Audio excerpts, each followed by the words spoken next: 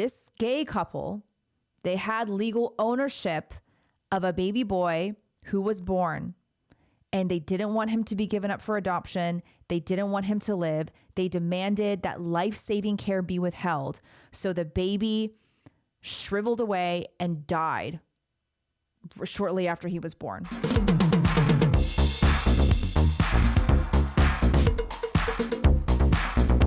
Hello, everybody. Welcome back to another episode of The Shift with Gina. This podcast is an accompaniment to my women's health group called The Shift, hosted in Mighty Networks. It's a great health community for women who are looking for tips on nutrition, diet, workouts. We work out together 4 times a week. We started with once a week and we bumped it up to 4 days a week now. So if you join the group, you get access to all 4 workouts a week. You can do them live with us, but if you can't make it to the live workout, we record them and put them in the group so you can do them on your own time. We are always doing fitness challenges. We're currently in the middle of a strength training challenge that is accessible to all levels. So if you're a woman, no men allowed in my group, girls only. So if you're a woman who's wanting to increase the frequency with which you train, this is a really great time to join the group because you can jump in on the strength training challenge. We just finished a cardio challenge. We finished a fertility series, which is going to be related a little bit to what we're talking about today on the episode. There's just a lot going on in that group. So if you were looking for a great community to learn more about health, wellness, fitness, I also talk more about motherhood there. I do some exclusive content about my, personal journey of motherhood and some personal stuff that I don't get to talk about on social media. So if you'd like to join, go to myhealthshift.com, or you can click the link in the description here in this episode. And today we're going to talk about a horror story, a surrogacy horror story that has gone viral. You've probably heard about it by now. A woman named Brittany Pearson, who is 37 years old, was a surrogate mother for, surprise, a gay couple in California. She has been interviewed by Allie Beth Stuckey, who is a conservative podcast host. She was also interviewed by Lila Rose, the founder and president of Live Action. I think the episode with Lila is going to be released soon, but I couldn't even watch the full episode with Allie, the interview with Allie, because it was just horrific. It is such a horrific story. So we're going to go over the details today. And as you guys know, if you've been listening to me recently, you know that I'm very, very against surrogacy. I've spoken a lot about surrogacy in past episodes, and it's a very difficult topic. It's a controversial topic to talk about because even a lot of people who are anti-abortion, they're pro-surrogacy. And I think a lot of times people are pro-surrogacy simply because there are very high rates of infertility amongst women. So they don't want to ban surrogacy or make it illegal because they don't want to take away the chance for some women to have children biologically. We'll get into that a little bit later, but first let's talk about Brittany Pearson's story. So this came from California, a mother who is 37 years old. She has 4 children of her own, and she has done a surrogacy pregnancy before. She was pregnant at 24 weeks. So she was 24 weeks pregnant, and she got a diagnosis of breast cancer. She lives in Sacramento, and according to Brittany Pearson, following a full body MRI that revealed the severity of her cancer, the gay couple who hired her to carry a child resorted to legal threats in order to pressure her into terminating the pregnancy. The initial plan was for Brittany to undergo some form of chemotherapy treatment that was safe for the pregnancy. Doctors at Sutter Health Medical Center in Sacramento were optimistic about the treatment, and they were actually planning to induce delivery at 34 weeks gestation. And at first, the purchasing parents, the 2 fathers who live in Southern California, they originally agreed to this plan. However, the relationship between Brittany and the prospective parents started to crumble when it was discovered that her cancer had advanced faster than anticipated, and it was requiring more aggressive chemotherapy. Now, Brittany claims that at this point, the gay couple insisted that her pregnancy be, quote, immediately terminated and, quote, erased. They claim this was out of concern for the baby's health. They didn't want the child to have significant health issues because at this point it was starting to become apparent that she would have to deliver before 34 weeks gestation because the cancer was starting to get more aggressive. But Brittany's thought the whole time was that she wanted to bring the child safe into the world. That was her goal. She did not want to kill the child in her womb, even though she was diagnosed with breast cancer. According to the Center for Bioethics and Culture Network, which is an anti-surrogacy group that first reported on Brittany's case, the prospective fathers also attempted to prevent Brittany from carrying the child to term and giving the child up for adoption. So they didn't even want the child to be born. So this is no longer an issue about the gay couple not wanting to raise a child who could potentially have health issues because of premature birth. They just didn't want the child to live at all. They wanted the child to die. They wanted the baby boy to die. They allegedly expressed their reluctance to have their, quote, DNA out there being raised by someone else. Notice the language. They're not talking about a child, a baby, or our child. They're calling a human baby DNA. We don't want our DNA out there. So they're demanding and legally threatening the surrogate mother, Brittany, to kill the baby in her womb because they don't want their DNA out there. It sounds so dystopian already, doesn't it? Brittany spoke about how distressing this was for her. And she was apparently threatened with a lawsuit, even by her surrogacy agency and Sutter Health.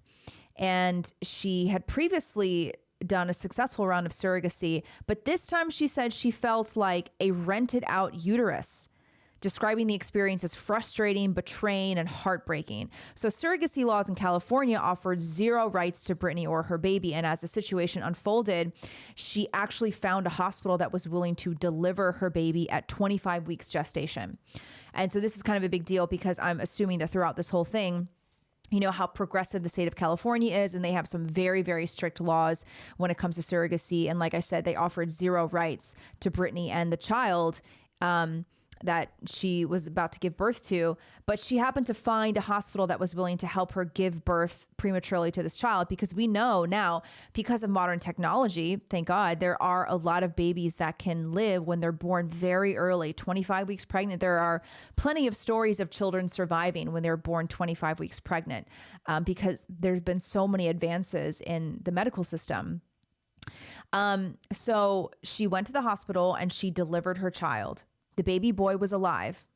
Okay, so she delivered the child, but the purchasing couple immediately had legal ownership of the baby boy. And I say the word ownership as a quote. That's not a word that I'm making up. It's not a word that somebody else just used. This is the actual legal jargon. They had legal ownership of this baby boy because of the surrogacy laws in California. What does this sound like to you? Sounds like human trafficking and slavery to me. The same exact argument used during times of slavery. We have legal ownership over another human being. So because they had legal ownership of this baby boy, they demanded that life-saving care be withheld from the child upon birth.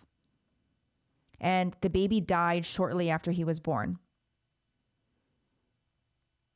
So this gay couple, they had legal ownership of a baby boy who was born. And they didn't want him to be given up for adoption. They didn't want him to live. They demanded that life-saving care be withheld. So the baby shriveled away and died shortly after he was born. I mean, this is just, that's why I couldn't even watch the interview with this surrogate mother. It's such a disturbing story. I mean, disturbing doesn't even begin to cover it. It sounds like it truly sounds like you're reading this in some sort of dystopian novel. It sounds like you're reading this in the Brave New World. And the couple's decision to cremate the fetus's remains also added to Brittany's grief and bewilderment. She was really confused and it was troubling for her. She didn't understand why they wanted to cremate the baby. So she decided to share the story to prevent others from having a similar experience. You know, despite this trauma that she endured, she still is supportive of surrogacy and says that it has its merits. but she emphasizes the importance of a better screening process for prospective parents. So she's currently undergoing treatment and she's unable to work, the surrogate mother, Brittany. Her children are 3, 5, 12, and 13 years old, and they're receiving assistance from her sisters, Courtney and Ashley Pearson, who have created a GoFundMe page to help her alleviate financial stress during this heartbreaking time. And like I said, the story has gone completely viral and it's gone all over the internet. And a lot of conservative commentators are using the story to highlight just how dark and inhumane the surrogate industry is. And I just want to go back and talk about a few things here that I kind of mentioned as we were going through it. I was very disturbed by the language of "we don't want our DNA out there."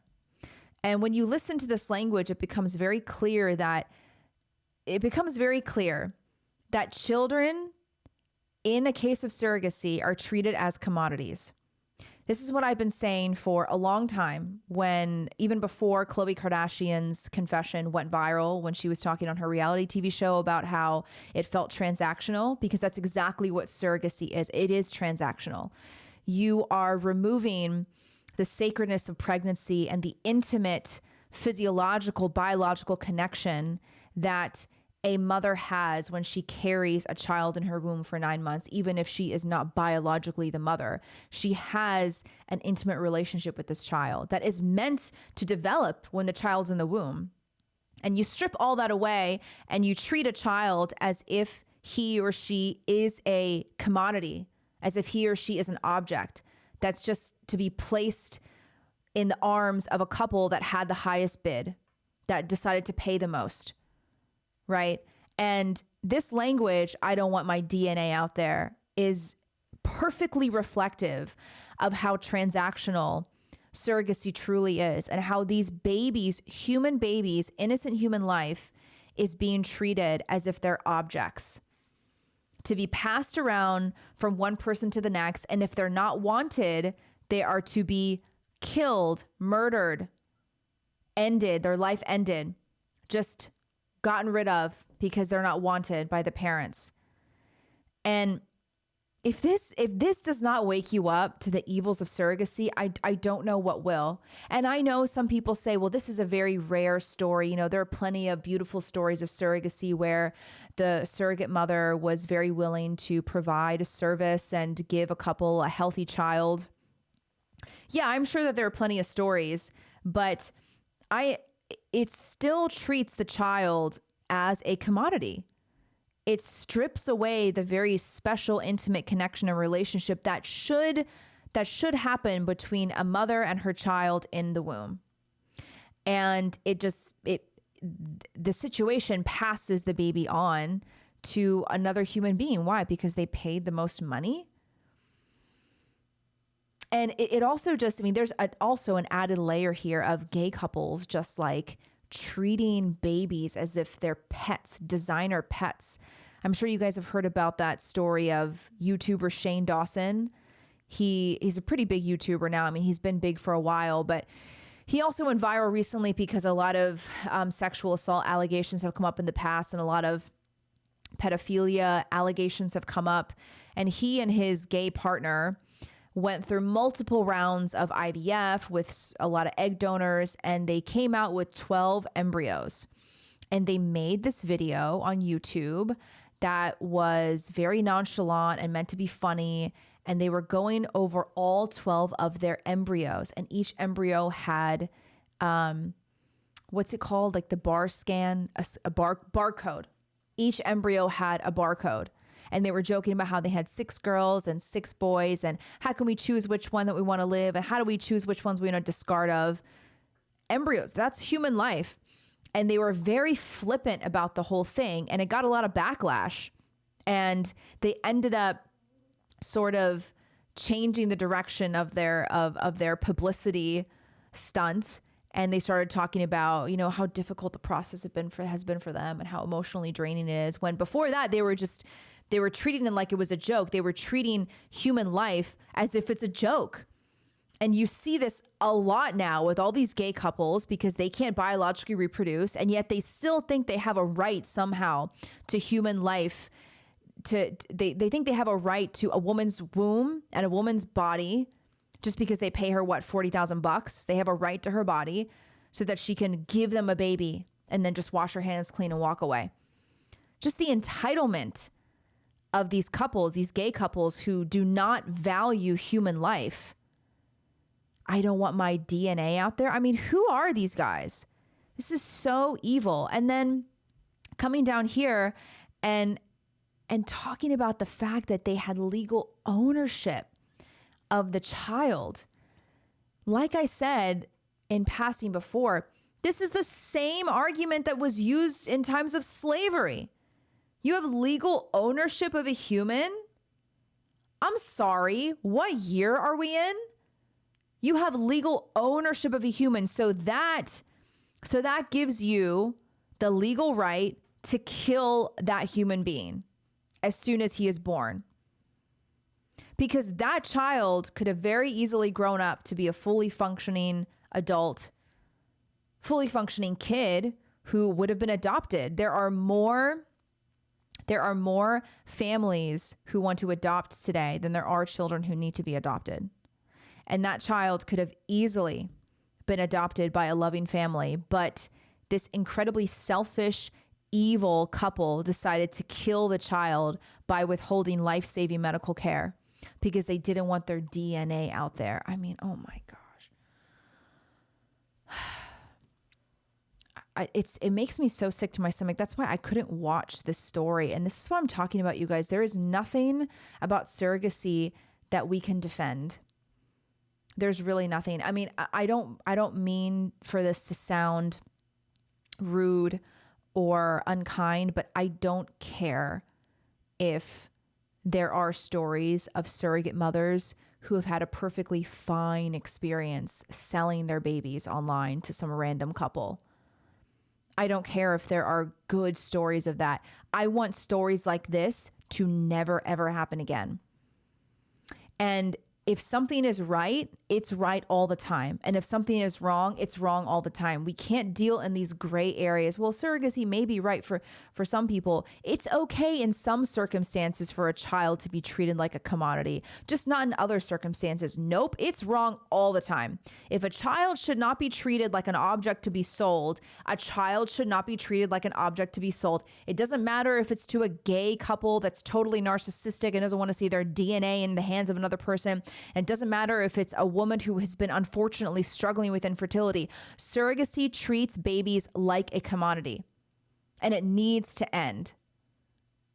Women's wombs should not be up for rent. Women's bodies should not be treated like objects or vessels to just pop out children and give it away to the highest bidder. That's wrong. It's immoral. And I'm sick and tired of living in this gray area where people are trying to determine when it's okay for some people, but it's not okay for others. No, it's wrong all the time. And the sooner that we can come to terms with this, the sooner we can stop stories like this from ever happening again.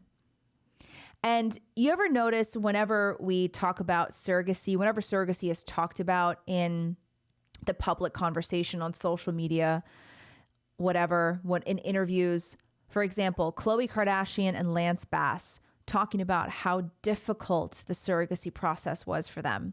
Khloe talked about how hard it was for her to connect with her child.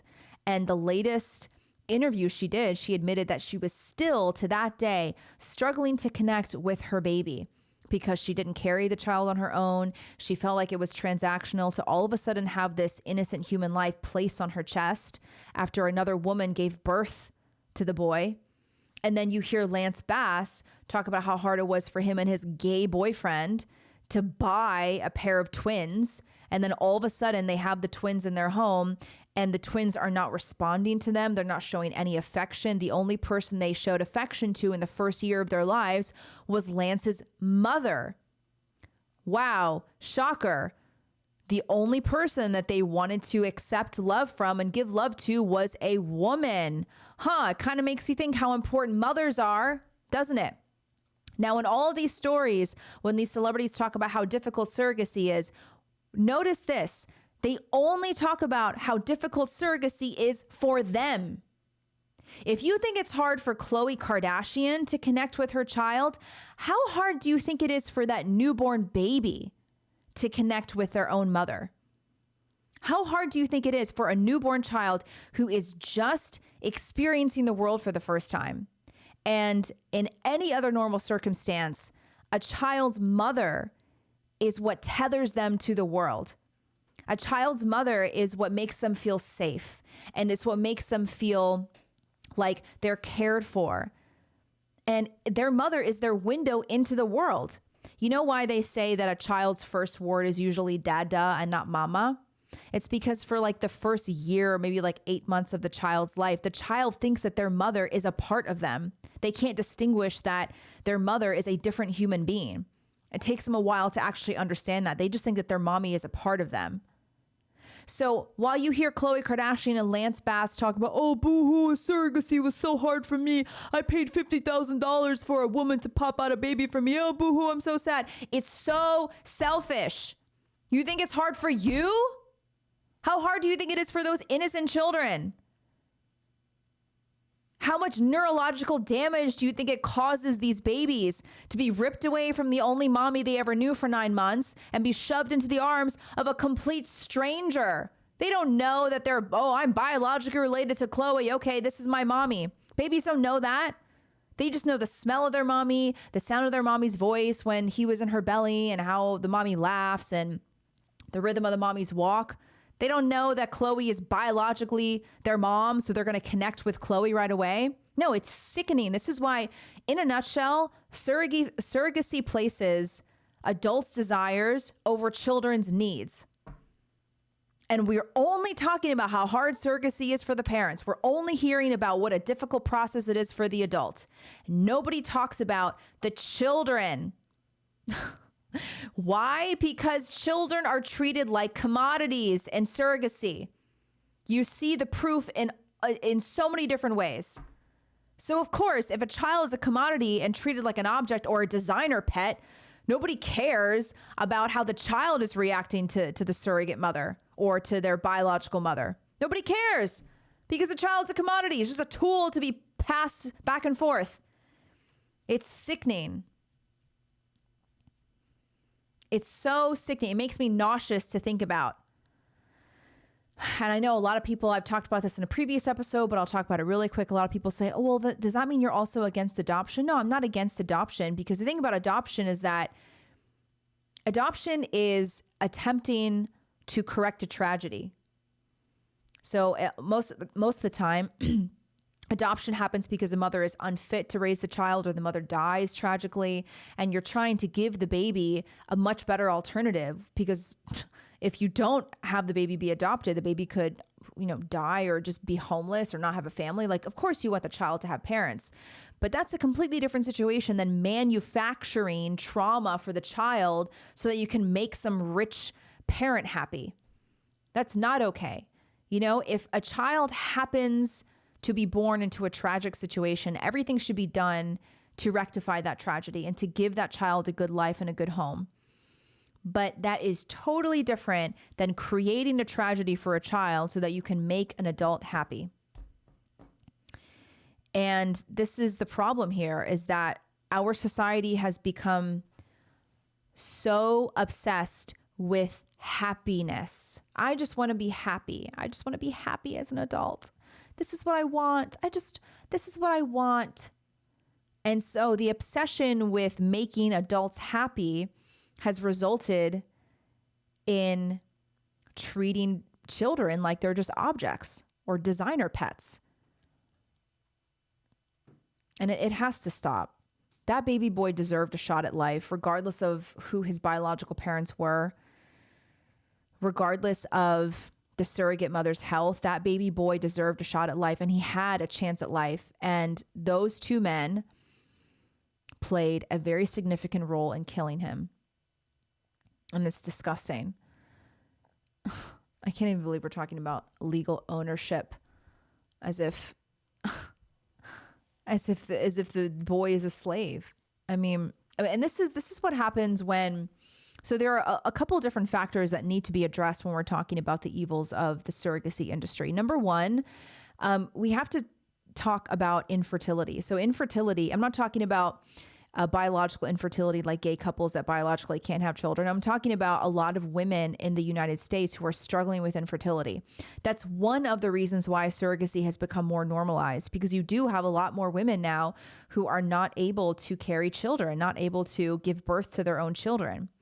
And surrogacy has become a very popular answer to that. But the problem is we're not treating the root cause. The root cause is infertility.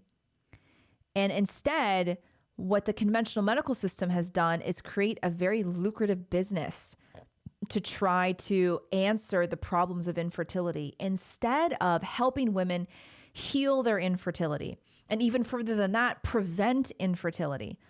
So in the fertility series I just did in my women's group, I interviewed 7 different experts, and we brought in a lot of different people to talk about how to prepare yourself for pregnancy, how to make sure that your body can be fertile, what kind of food to feed yourself, what kind of lifestyle choices to make, what kind of medications to avoid, and what to use as an alternative to the birth control pill, to any hormonal birth control. And one of the issues is that we have convinced women that once you're infertile, that's it. You're done. All you can do is IVF, surrogacy, or freeze your eggs or freeze your embryos, and that's it. And that's just, it doesn't have to be this way. There are a lot of women who can prepare their bodies to become more fertile. But the problem is doctors are not incentivized to actually help women heal their infertility. Doctors are incentivized to put them through some sort of medical process that's going to, make them hundreds of thousands of dollars. And that's one of the reasons why surrogacy has been so normalized, because we have normalized infertility. Now in the United States, 1 out of every 5 women is infertile. According to the World Health Organization, a couple of years ago, 1 in every 8 adults worldwide struggle with infertility. That number changed this year to 1 in every 6 globally struggle with infertility. And now in the United States, the latest statistic from the CDC is that 1 in every 5 women struggles with infertility. And you know what? I think it's even more than that. I think it's actually more than that. It may probably be 1 in every 4 women in their childbearing years are struggling with infertility. And infertility is defined by a woman who has been trying to get pregnant for a whole year and has been unsuccessful. And I think we have to do a much better job at supporting women who are struggling with infertility, because right now the only answer is hire a surrogate and do IVF. And that can't be the only answer. And we have to do better at preparing young women to not face fertility in their later years, to not face infertility in their later years, because surrogacy cannot be such a flippant thing that is just offered to anybody and everybody. Because when it is, that's how you end up with many more stories like this. Because if a woman can just do surrogacy with her husband, then why can't a gay couple do it? Surrogacy is wrong, full stop, all the time. And I know this can be really difficult to hear for women who are struggling with infertility, who may not be able to carry their own children biologically. And my heart goes out to them, truly. I truly feel bad for them. And I think those women need support from their families and from their communities. But I don't think that support comes in the form of surrogacy, which treats children as if they are commodities. So that's all I've got today. I hope that we can continue this conversation, particularly when it comes to fertility, because women need better resources. We should not have such high rates of infertility. And if we were able to lower rates of infertility, we would see a lot less surrogacy, a lot less IVF, because these industries are becoming darker and darker by the day. And they are starting to treat women as if they are like reproductive slaves. These women, yeah, okay, I get they consented to it, but consent should not be the basis for all of morality. Just because Britney Pearson consented to rent out her uterus for however many dollars, it doesn't make it right. We have to stop trying to erase the true role of women, which is to be a wife and to be a mother in most circumstances. Okay, yeah, there are some women who are called to different things, than motherhood. But most women are called to do that. And when you diminish the sacred role of women, that's how you come out with this idea of renting women's wombs, because you don't actually need that woman to be a mother. You just need her uterus to grow a child and then pop it out and sell it. We need to start to value women more for who they are wholly, holistically, not just a uterus that can be rented, not just a vagina out of which a child can come. Women need to be viewed holistically and more holy. Not holy like H-O-L-Y, holy like W-H-O-L-L-Y. It's just it's a very sad turn of events that we've ended up here with surrogacy. So thanks for listening, guys. If you are a woman and you would like to join our women's group called The Shift, learn more about infertility, work out with us every week, take care of yourselves to prevent things like infertility. Take care of yourselves. Doesn't matter what your background is. If you've taken the birth control pill for a long time and you want to get off of it, join our group. If you're someone who just wants to learn more about eating better, cooking more delicious, healthy food for your family, join our group. We always share recipes every week. Click the link in the description to join. Thank you guys for watching and listening, and we'll see you next time. Bye.